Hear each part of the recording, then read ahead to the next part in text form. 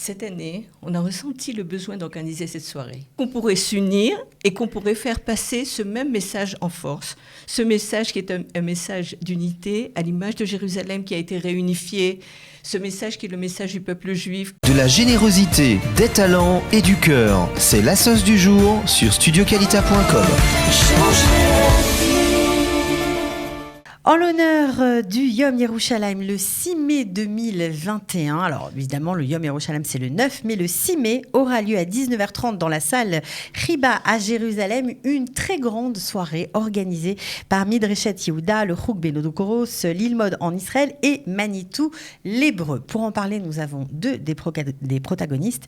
L'organisatrice principale, c'est Béla Bélange. Bonjour Béla. Bonjour Cathy. Voilà. Et Michael Gross, le fils du professeur Beno-Gross et responsable du Chouk Beno-Gross. Bonjour Cathy. Ravi de vous avoir à mes côtés. Alors, qu'est-ce qui vous a pris de décider d'organiser une grande soirée comme ça, voilà, avec beaucoup de on va dire de contenu qui va passer tout au long de cette soirée. On va en parler, de la musique, des chants, mais aussi des discours. Qu'est-ce qui vous est passé par la tête, puisque c'est une première, Michael? La libération de Yerushalayim en 67 a remué tous ceux qui l'ont vécu et a une influence encore jusqu'à aujourd'hui. Et chaque année, on célèbre cette réunification de la ville de Jérusalem, un événement historique à l'ordre mondial et certainement dans le monde juif. Et ce serait impensable que le judaïsme francophone ne célèbre pas cet événement. Alors, c'est vrai, Michael, je suis d'accord avec vous, mais vous le faites comme tous les sionistes ou tous les gens tout simplement qui aiment Jérusalem. Vous venez à travers la ville, vous marchez avec les drapeaux, vous chantez, vous allez au kotel, vous faites la tfila chagigit, comme on dit. Pourquoi organiser une soirée, Béla? Cette année, on a ressenti le besoin d'organiser cette soirée. Peut-être à cause du Covid, où tout le monde était en fait très, très isolé. Et d'autre part, le fait qu'il y ait eu aussi une profusion de cours en Zoom. Tout d'un coup, chacun donnait ses cours, ses conférences. Et puis on s'est dit finalement, pourquoi est-ce que chacun va parler du même message, des messages qui nous tiennent à cœur, comme a dit Michael, alors qu'on pourrait s'unir et qu'on pourrait faire passer ce même message en force. Ce message qui est un message d'unité à l'image de Jérusalem qui a été réunifié. Ce message qui est le message du peuple juif qui se réunit aussi bien en Israël qu'en France. Et ce message qui est un message d'hommage à nos maîtres qui grâce à eux, nous sommes là.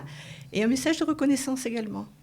Alors, c'est assez courageux, on va dire, parce que vous êtes unis entre ces différentes associations, Midreshet Yehuda, le Chouk Beno-Gross, on l'a dit, l'Ilmod en Israël, et Manitou l'Hébreu, qui, eux, se trouvent à Paris.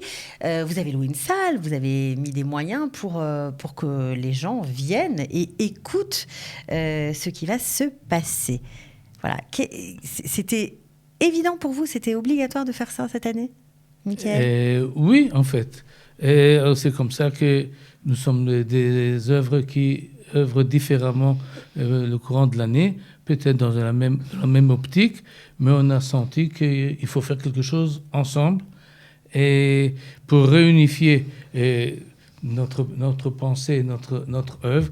Et la meilleure date de réunification, c'est la réunification de Yerushalayim, lorsque le peuple juif, Hirsh Chumra Yardav, la ville qui fait l'unité dans l'ensemble du peuple juif, ceux qui sont en Israël et ceux qui ne sont pas encore, mais qui sont encore en France, et ceux qui œuvrent à Yerushalayim, nous sommes à Tel Aviv, et il faut au moins une fois par an se réunir et se faire quelque chose ensemble. Et le symbolisme de Yerushalayim est une très bonne occasion pour faire une soirée qui, j'espère, sera réussie. Mais bien sûr, alors la soirée, on va donner quand même la date. C'est le 6 mai 2021 à 19h dans la salle Riba. Voilà, vous avez tous les détails qui s'affichent à l'écran. Alors, c'est vrai tout ce que vous nous racontez, mais on a l'impression que vous sentez une responsabilité par rapport aux Juifs de France. Je me trompe ? Absolument, non, vous ne vous trompez pas du tout, dans la mesure où, effectivement, d'abord, nous sentons que si nous sommes là, nous avons un message à faire passer. Ce message, ce n'est pas notre message. Ce message est le message de nos maîtres. Le message de Manitou, le message de Beno-Gross, le message d'André Neher, le message de Théo Dreyfus. Tous ces grands penseurs de l'école de pensée juive de Paris qui ont réalisé, au moment de la guerre de 6 jours, que leur place était ici, qui ont interprété le son du chauffard du Rav Goren comme étant le son du retour du peuple juif sur sa terre. Et grâce à eux, nous sommes là et nous continuons leur route et leur chemin. Alors, Michael, on va entendre beaucoup de choses ce soir-là. Je répète la date, le 6 mai à 19h30. Vous avez mis l'accent sur quoi ? Plutôt sur des témoignages, plutôt sur des films sur quoi ? Non, il y a des témoignages, il y a des films sur la guerre des 6 jours, il y a une représentation du maire de Yerushalayim, il y aura également un soldat important qui viendra nous parler du miracle de cette guerre de 6 jours que les jeunes ne connaissent pas assez et les anciens sont très contents de revivre. Et nous avons aussi le Rav Sultan qui viendra nous entretenir, nous parler. Et Dr Dov Maimon, le Dr Dov Maimon, qui viendra parler de l'influence de ces grands penseurs justement sur la société israélienne, qui ont influencé non seulement sur les ça, c'est les des Juifs, choses qu'on sait moins. qu'on sait moins. Et on voulait le mettre à jour. Cette année, on a ressenti le besoin de le mettre à jour dans la mesure où nos maîtres ne sont pas arrivés avec une Torah qui reste dans les livres, mais une Torah de vie, ce qu'ils appellent Torah Traim. Et ils ont tous été impliqués dans l'éducation, en Israël et en France. Ils ont continué à voyager en France, mais ils ont tous continué à enseigner. Ils ont tous été impliqués aussi dans le social. Ils n'ont jamais été indifférents par rapport à ce qui se passait dans le social. C'est comme ça qu'on a vu des centres Fanny Kaplan qui sont montés aussi bien à Jérusalem qu'à Haïfa, qu'à Beersheva. C'est comme ça qu'on a vu le centre Frankfurter. C'est comme ça qu'à Mayanot, on avait un travail social en ville en voie de développement, en Netivot. Ils ont senti qu'ils avaient un rôle aussi dans la société israélienne, qu'il fallait construire la société israélienne. Ils sont arrivés après la guerre des 6 jours comme un groupe uni, ce qui était absolument impensable. Alors qu'en Israël, il y a le mouvement des Panthères Noires qui commençait à monter, qui parlait de la ségrégation des séfarades et des Ashkénazes, bien sûr. Ils sont arrivés, eux, de Strasbourg, d'Algérie, un groupe avec les mêmes messages. Et des messages uniformes. Et ce sont ces messages qu'on veut faire passer. Et ce n'est pas par hasard si aujourd'hui, la 2e et 3e génération, qui est celle de nos enfants, de nos petits-enfants, sont pratiquement à 90% impliqués dans l'éducation, dans le social, dans la sécurité. Et ce sont des messages qu'on veut mettre à jour parce qu'on leur doit une grande reconnaissance. Voilà, une grande reconnaissance, c'est sûr. Alors, Michael, pendant cette soirée, il y aura, je crois, un discours de votre père qui va être diffusé. Qu'est-ce qu'il aurait pensé, lui, qui était un des premiers à venir à cette époque-là parmi ces grands intellectuels? Qu'est-ce qu'il aurait pensé de cette soirée et de cette union de ces différentes associations? Je crois qu'il aurait été très content. Et essentiellement parce que ce qu'il nous a appris, c'est de prendre responsabilité et de s'impliquer dans l'avenir du peuple juif. Évidemment, à son époque, lui et ses camarades, Théo Dreyfus, Bernard Picard, et leur maître André Neher et d'autres, à la suite de la Shoah et de la débâcle de la Deuxième Guerre mondiale, ils étaient jeunes à l'époque et ils ont décidé de faire revivre le judaïsme français qui était entièrement déchiqueté. Et ils ont réussi à le faire revivre par des institutions d'éducation essentiellement, formelles et informelles. Et ils ont pris sur eux la responsabilité de l'avenir du peuple juif en France. Jusqu'en 1967, où tout d'un coup, chacun séparément, mais ils ont tous décidé qu'il est temps maintenant de passer à la phase suivante et de faire monter le judaïsme de France en Israël. Et le faire monter en Israël, cela ne signifie pas seulement d'immigrer. Ça signifie de s'impliquer et de prendre les mêmes responsabilités qu'on avait en France, les transformer en Israël, afin de faire de notre pays le pays le plus beau du monde.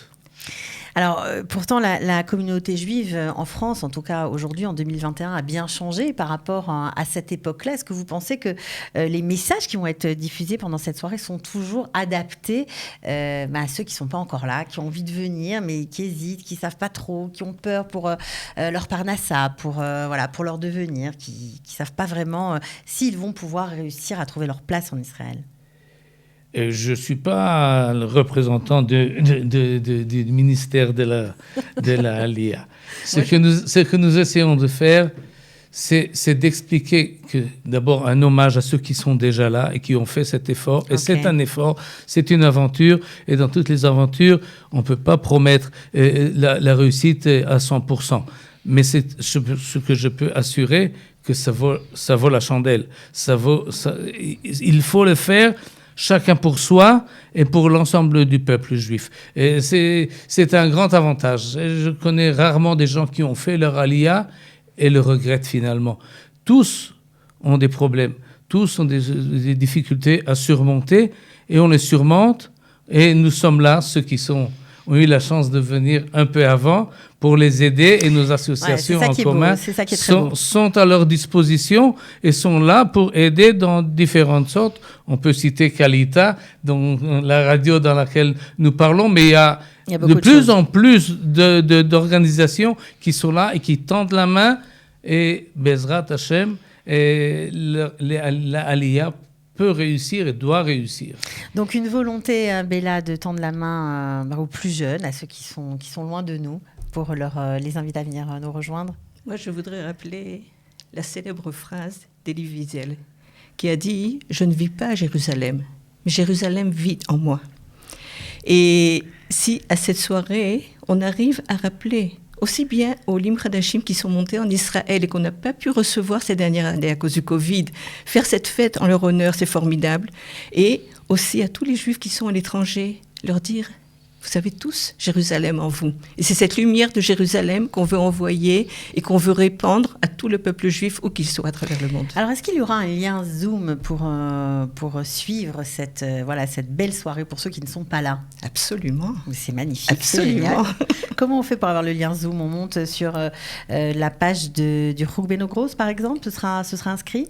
Et oui, nous diffusons les renseignements dans nos réseaux, et ceux qui veulent, qui connaissent ou par le Chouk Beno Gross, ou par l'Ilmod, ou par Manitou l'Hébreu en France, ou bien par Midreshet Yehuda. On trouve le lien. Oui. Alors, je répète, cette belle soirée aura lieu le 6 mai 2021 à 19h30. Vous pouvez réserver déjà par téléphone 050 224 06 61. Est-ce que c'est payant? Pardon? C'est payant la soirée? La soirée en présentiel, c'est 40 shekels. D'accord. En Zoom, c'est gratuit. En Zoom, c'est gratuit. Bon, écoutez, j'espère qu'il y aura autant de monde en Zoom que dans la salle, qu'elle sera remplie. Il y a combien de places? Il y a 280 places. 280 places. Mais je suis sûre que vous allez refuser du monde. En tout cas, merci d'avoir été avec moi ce matin. On se retrouvera peut-être bientôt. En tout cas, probablement le 6 mai à 19h30 à la salle Riba. Merci pour cette belle initiative. Merci à vous, Cathy. Merci beaucoup, Cathy. Yom Yerushalayim Sameach. Yom Yerushalayim Sameach. Ciao.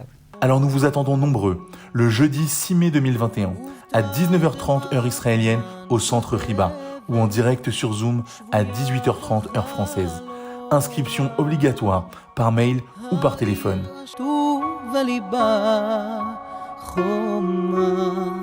De la générosité, des talents et du cœur, c'est la sauce du jour sur studioqualita.com.